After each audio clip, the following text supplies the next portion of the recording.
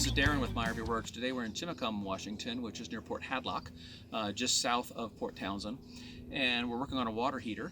And I expect this to be a short video because I have other water heater videos where I go into greater detail. But what I wanted to do is just show you how to check your thermostats and check your heating element. So let's go do that.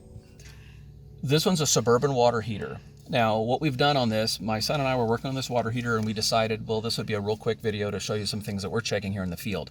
What we've done is we've taken the 3 screws off this burn deflector, we've taken the gas valve off. What we're going to be doing with this water heater later is pulling the plug and doing a back flush, etc. Customer states it's not working. And so that might be your situation too. Now, we'll follow up with you at the end of the video to tell you what we found. But I wanted to check some things. So what we've got is we've got some things off, Suburban water heater. What's going on up here, Darren? Well, you take this cover off. You got to fight this hateful screw. So if Suburban, if you're watching this, why don't you guys move your screw up a little bit and not directly behind the gas valve? That'll help us out in the field a whole lot. So like right there would be beautiful. You could have made this one down and this one up. That would have been just wonderful.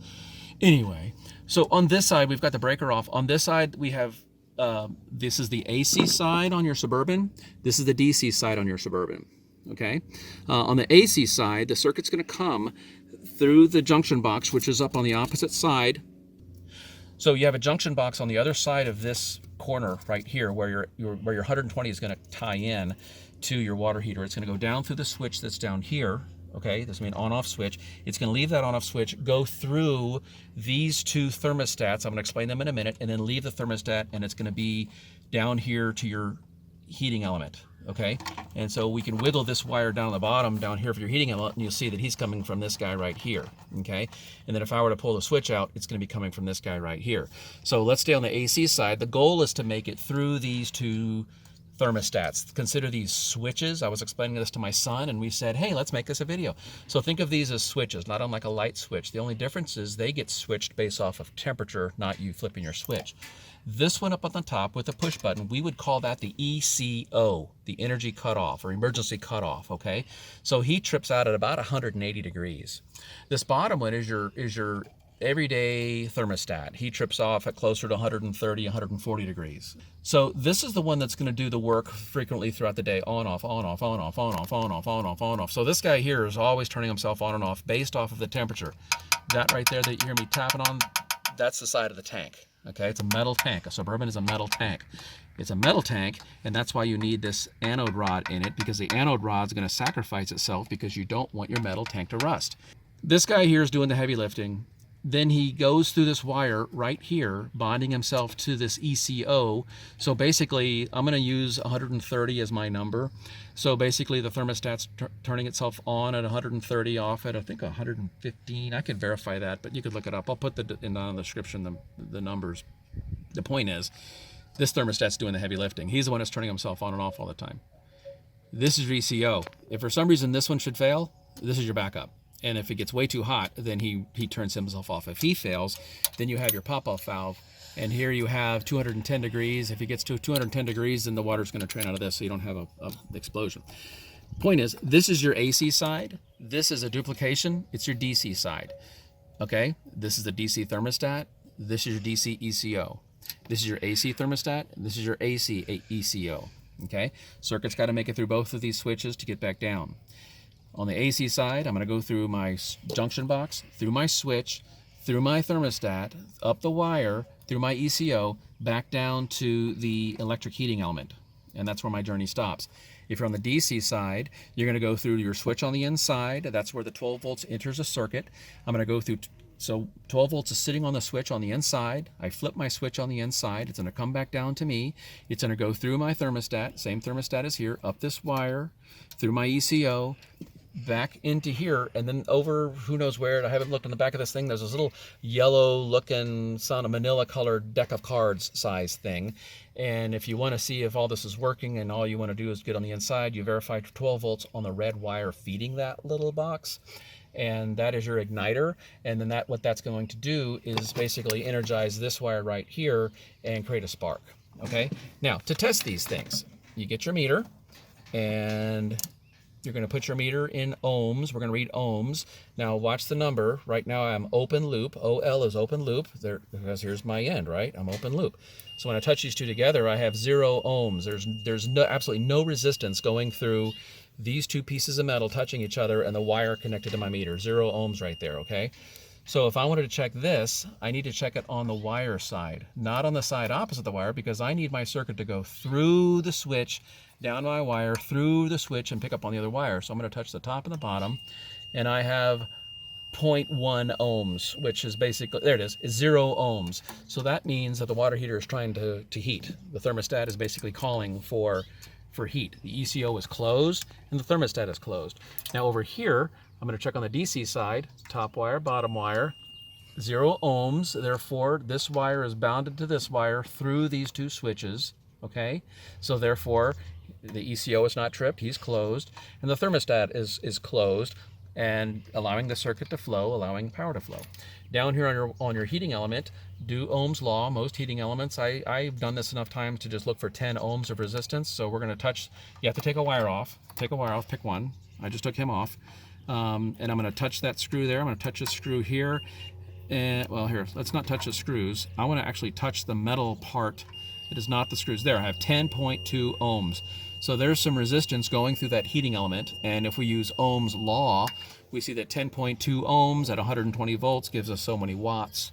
And so if I do a heating element and I test it right here, and I get 10 ohms, that's telling me the heating element is fine. I do not need to pull that heating element out because 10 ohms is the amount of resistance that I need to get on that wattage heating element, okay?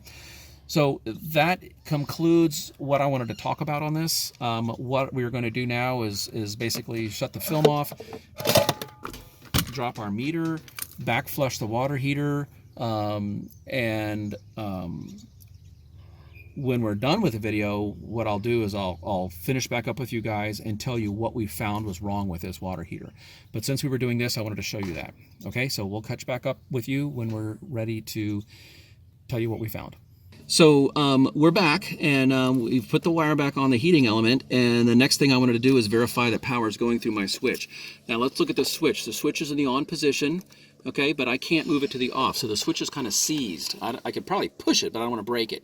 But normally these switches, it's a rocker switch, it should rock her back and forth. So what I've done here is I've gotten extension probes on the tip of my meter here, because I'm going to be probing in, and when you touch them together, if I can do that, you'll see on my meter here.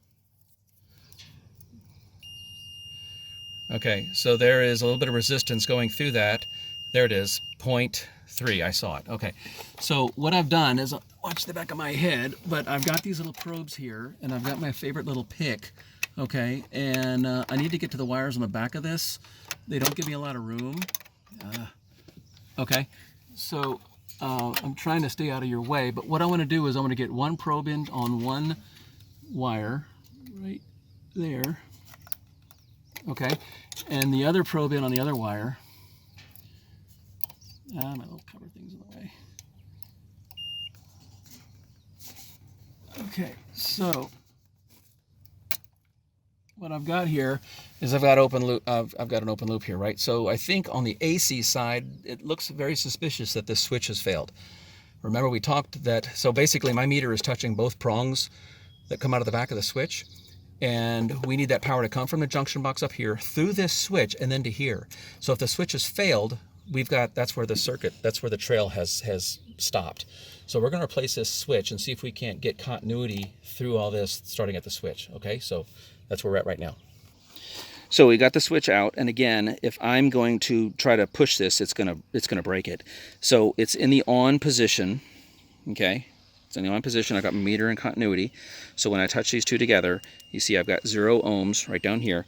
So basically, if I have 0 ohms of continuity, let me try to do this. So I'm in the on position, right? Not the off. And I'm going to touch this guy here. There we are. I touch this. I expect a beep. I have no beep. So you see that? $12 switch is what's caused the electric side of the water heater to fail. $12 switch. So we're going to replace this switch. Now that I've proven that, I'm going to try to force it to off. I'm going to see what happens. There we go. Really. Okay, so now it's working. I'm going to just work it back and forth a couple times. We could squirt some contact cleaner in there if we had to. But to ensure our success, now that I've exercised a little bit, I want to do another test on it to see if it's going to beep for me. But I think I'm still going to put a new switch on. Nope, still. I'm touching both prongs and I still have 0. So whatever's been dripping on this thing has gotten on the inside. So time for a new switch. So I don't know if you could see that. You could freeze frame. That is your part number for your new switch. They are all of $4.59. Okay. There you go. So here's a new switch. Just like the old switch. Same front and back. Now we're going to do the same test. I'm on. I expect a beep. I'm going to test my meter. I'm beeping. So now I'm going to test here and here. I expect there to be a beep, right? I have a beep. Same test on the other switch, no beep. So new switch. So now we're going to take this switch. How do you know it's a switch? So we're going to put this little rubber thing on it, which we get from the other switch, and we're going to connect this to this water heater. Okay, we'll do the next. So we've identified the switch as being the point of failure on here. And so I want to make sure I'm getting 120 volts to this point right here. So this lead right here, I've identified there's 2 wires. This wire here that you can see, he's the one that comes up to one of these guys. In fact, I can barely see him moving a little bit if I do that. This other wire should be coming from my breaker. So we're going to watch our meter. I'm set on AC voltage, and I'm going to touch this ground prong, and there is my 119 volts. Okay, so I'm referencing it's coming straight from the breaker. Well, it's going from the breaker to the junction box up here to this, and then I'm referencing to the neutral wire on my heating element, and I have basically 120 volts. Okay, so I wanted to check this because I don't want to put my switch in, and then I can get to it right here. If I did not have 120 volts at that point, then I would need to access my junction box up here in the corner and find out if I have it at the junction box. There has been problems where the wire nuts have fallen off. If I don't have it there, then I know that my problem is upstream. And if it's upstream, then I can get into some of those things if you have some questions, because there are some issues where the manufacturers will put the AC water heater AC switch on a little DC toggle switch, and that little DC toggle switch on your panel feeds a relay somewhere, and that relay will fail. I've seen those happen too. The challenge is to try to find out where that relay is. But what we have right here is we have 120 volts, so we're good there. So now I feel comfortable when I put my switch in that I'm going to have 120 volts going through the switch, connecting back to this wire that's back here. Okay, and that wire is going to feed this, go through here, come back down, and we already know our heating element is good because we checked the ohms on that. We're going to get our water heater working again on AC, all because of a switch that's less than $5. I want you guys to know how to do this so you can check it yourself. Okay, so that's what we found out, and that's the AC side, and next we have to figure out what's going on with the DC side. Okay? Okay, as I'm changing out this switch here, I wanted to point out something. See how burned that is? We're going to replace that flag connector right there because he got really hot. And I've also pulled him out a little bit. Now also, let me zoom back. When I wiggle my wire here, you can see him moving up there a little bit. Okay, so that's this wire going up to there. Now, I wanted to point out something else. Not only is he burned, and we're going to replace that, but look at this. I don't know if you'll be able to see it. Look how that melted in there. That is the cover for the heating element. Okay, so there looks to me that somebody has worked on this previously. That looks kind of old. It does not look new. Okay, that the original heating element had failed, causing problems, which the switch was compromised. If that got hot, that switch got hot. So that may have been something else that caused the switch to fail. So it's a good thing that we found all this, and we're going to fix this because this flag connector, I'm going to say, has been compromised also. But this one down here, the other one looked fine. Okay? We've got the new switch installed. You can see it in all its glory there. And I was switching over to the DC side because she said the DC side doesn't work either. And now I noticed this red wire here, so somebody's obviously worked on this previously, and because that's not factory. But I don't have a problem really with the way they did it. It's fine. But when I was looking at this, I just put the slightest little bit of tension on there and that thing broke right off.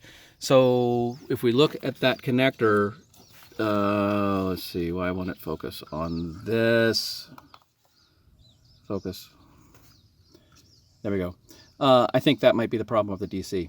Okay. So you might have ticking Let me zoom back out. You might have ticking coming here going tick, tick, tick, tick, tick. But if this was failed, then it would never send power up to your solenoids, right?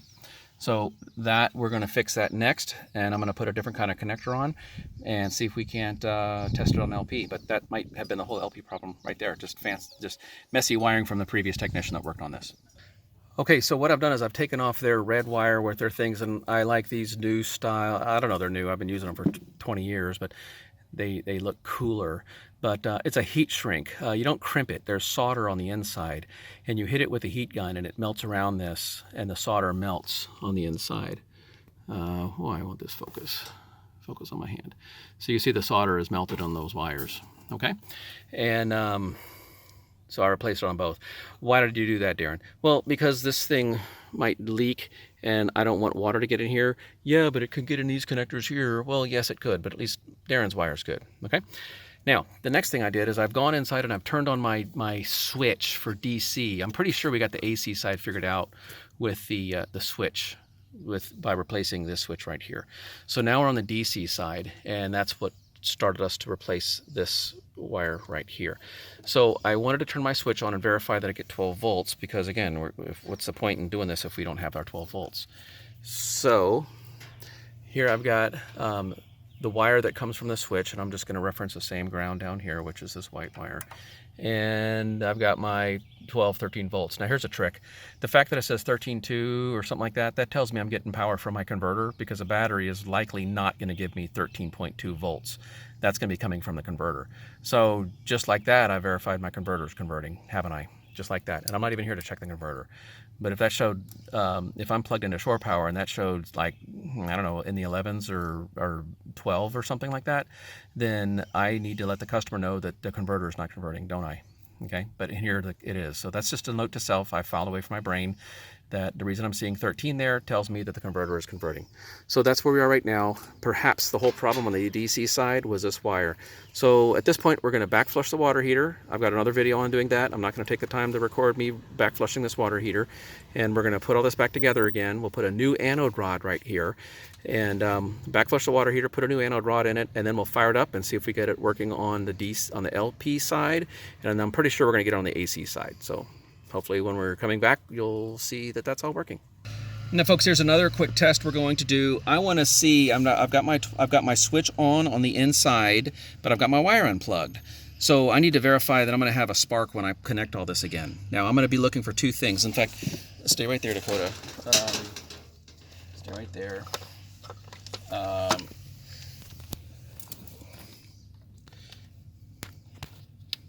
Okay, so what I'm going to do is I'm going to put my meter in 12 volts DC when I conduct this test. Hold on, I heard a beep, but I didn't want to hear a beep. DC, okay. And I am going to unplug two of these leads that go to the gas valve, okay? And you guys are going to love this. And so what I'm going to do is I'm going to stick one lead. The polarity doesn't really matter for this test. I'm going to stick one lead on each side. Okay, and I want to basically prove that I'm getting 12 volts to my electrode when I connect that wire. Now the other thing I want to do is I want to make sure I'm going to get a spark here. Does that make sense? Okay, now in order for there to be a spark, I need a ground. So I need to make sure that I'm touching something ground. So here we go. We're going to look for 12 volts here. We're going to look for a spark there. So I'm going to connect my wire. Okay, I'm going to hold this to there. We're going to wait a minute, and we should see a spark, and I expect to see 12 volts. Okay, here we go. Any minute now. There we go. So look, I've got my spark and I've got my 13 volts. So I'm going to pull this away. See, my spark's not as strong. If I touch the ground again, it did it. Now you'll see the 12 volts went away. It's going to try 3 times and then it's going to quit itself. But basically that was a test I did. I feel totally confident that I could put this thing back together again, and we're going to have a working water heater on gas and electric. Now here's my 12 volts. And there's my spark. Okay, I don't know if you can make out the spark on the video, but we can definitely see a spark, and I'm not going to touch that. So that's a good test. Now we're going to put this all back together. Like I said, we still haven't backflushed it yet because I wanted to show you this little trick that we're doing right here while we've got it all apart. Might as well do these tests so I can pull this away. And see, look, I hardly have a spark right there, but when I touch ground, really nice spark. Now, if at this point, if I don't have ignition, then what we're going to be doing is we're going to be looking here. Let me take the camera and I'm going to give people a little tour. If at this point I don't have ignition, this burn tube could be full of spider webs. There's also a little orifice right down in there, okay?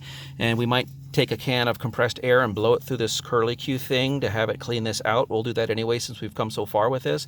We'll blow that out with some compressed air. I have seen spider webs and even wasp nests in that burn tube right there. So we're going to clean all that while we got it so far. And if that's not it, then we're going to be looking at the LP. We're going to be looking at LP pressure. Okay, so hope all this is adding value to you guys, and we'll be back. Now, a lot of folks, what I've heard them say they do is they just let water flow through their water heater, and that's called backflushing. Well, no, that's called draining. That's not the same thing as backflushing. Now, when we do this, watch the stuff that's coming out of here. Okay, see all that chunky stuff that's coming out? I don't know if you can make it. It's all falling down. You can see it all over here. Look down here, Dakota, on this. I'm backflushing. Big difference between just letting it drain and actively backflushing it. So I've created this little wand thing here where I stick in there and I'm actively squirting out these things. So anyway, since we've come so far in the video, I just wanted to let you see, like I said, I've spent more time on some other YouTube videos with more of active backflushing, but this one was coming out kind of nasty, so I kind of wanted you to capture that. Okay? We're on the inside of the RV now. I've isolated the breaker that is going to control my water heater, and I've got my clamp-on meter around the wire that feeds that water heater, okay?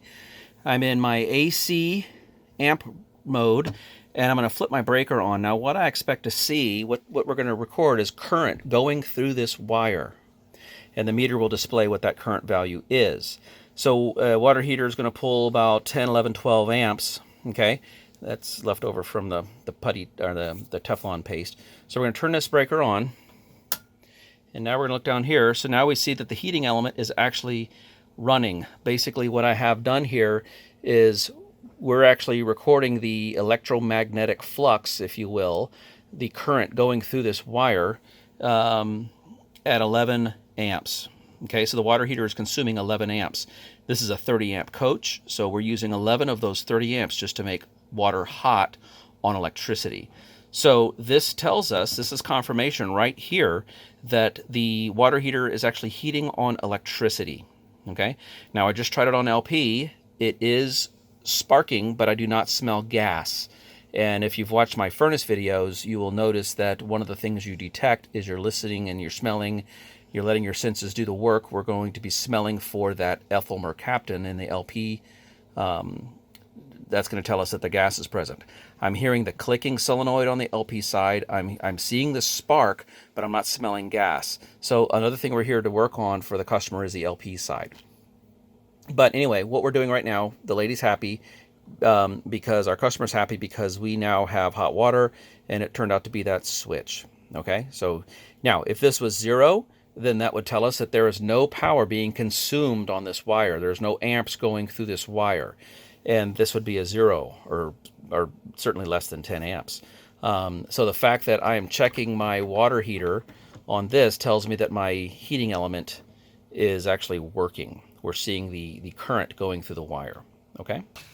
Okay, folks, we're back on this water heater thing. The last time we looked at it, we were verifying that it was heating on AC, and it's been some time. We've worked on a couple other projects for this customer, and so now we're revisiting the water heater issue again. So it may have been a quick fade for you guys, but it's been another 45 minutes or so for us.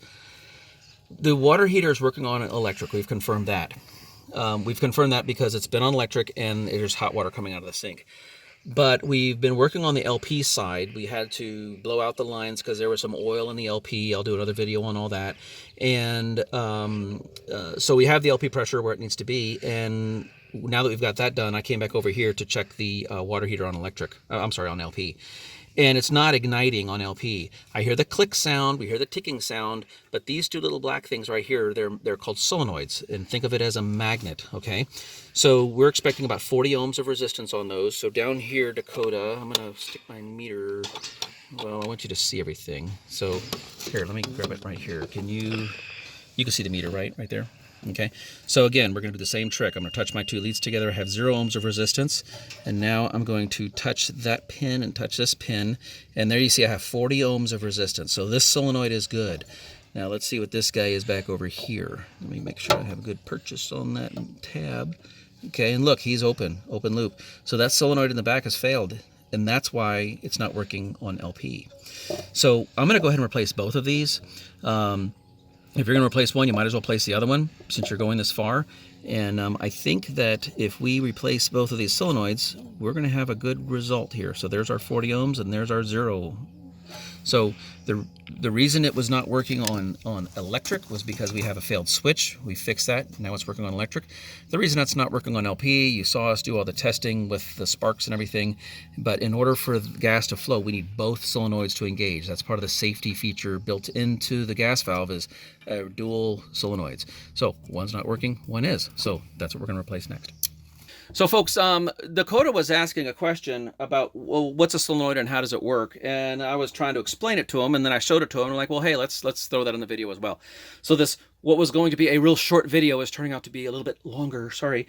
So what I've done is I've got my 12-volt battery pack and my test lead, and I've grabbed onto a solenoid here. So basically this solenoid is a 12-volt solenoid, and I'm giving it 12 volts. So this is a magnetic screwdriver, okay? And all I'm going to do is just put it in there, and I'm just going to bump it. I didn't even touch it. It pulled it right in. Did you see that? So I'm going to pull it there, and it's going to keep pulling it in. So it's a little magnetic switch. You try that, Dakota. See what you get. See that? Pull it out a little bit farther. Yep, now let go. See? So now what I'm going to do is I'm going to turn the solenoid off by disconnecting it. Now see what happens. Nothing. So that's kind of what a solenoid's job is. He is going to be a electric switch. I'm going to turn it back on again. And you'll see he's going to pull the plunger, if you will. And so on these gas valves, it requires 2 of these things. And it's going to open up the gas valve. And so we just wanted to show you that. And now we're going to go back and get back to work. All right. So, hey, say hi, Dakota. Let's see. There you are. Where is he at? He's Taco Cat. There he is. Okay. All right, we're going back to work now. All right, folks. We have replaced both solenoids. And if you look in there, we have a pretty blue flame. And it's staying lit, so that tells us that we have success. So in review, we diagnosed the whole situation. We have down up in there, if I can get in here, we replaced that switch. We verified the ohms going to the heating element, and now we know that we're working on electric because we let it heat up. We checked our solenoid, oh geez, my brain is not thinking right now, I'm tired. Oh, ECO and thermostat. Good. Yes, we know about the electric and the DC side. And now we replaced our solenoids, and we needed both solenoids. So it wasn't working on LP because one solenoid was bad, and it wasn't working on AC because our switch was bad. So there you go. Well, folks, there you go. We've fixed our water heater, and I think we're going to have a happy camper. And you know what they say, happy campers say my RV works. And if this was helpful, you do give us a thumb up. Subscribe to our channel if you like these kinds of things. We always are walking around here doing service repairs. If you want to support us, you can support us on Patreon. And also another thing we offer is remote RV service now. So you can head to our website, click on that submit service request link, and you can select option 2, and then I'll work with you, or we've got another tech we're bringing online. He can work with you too. So take it away, Dakota. Happy campers say my RV works. Yay. All right.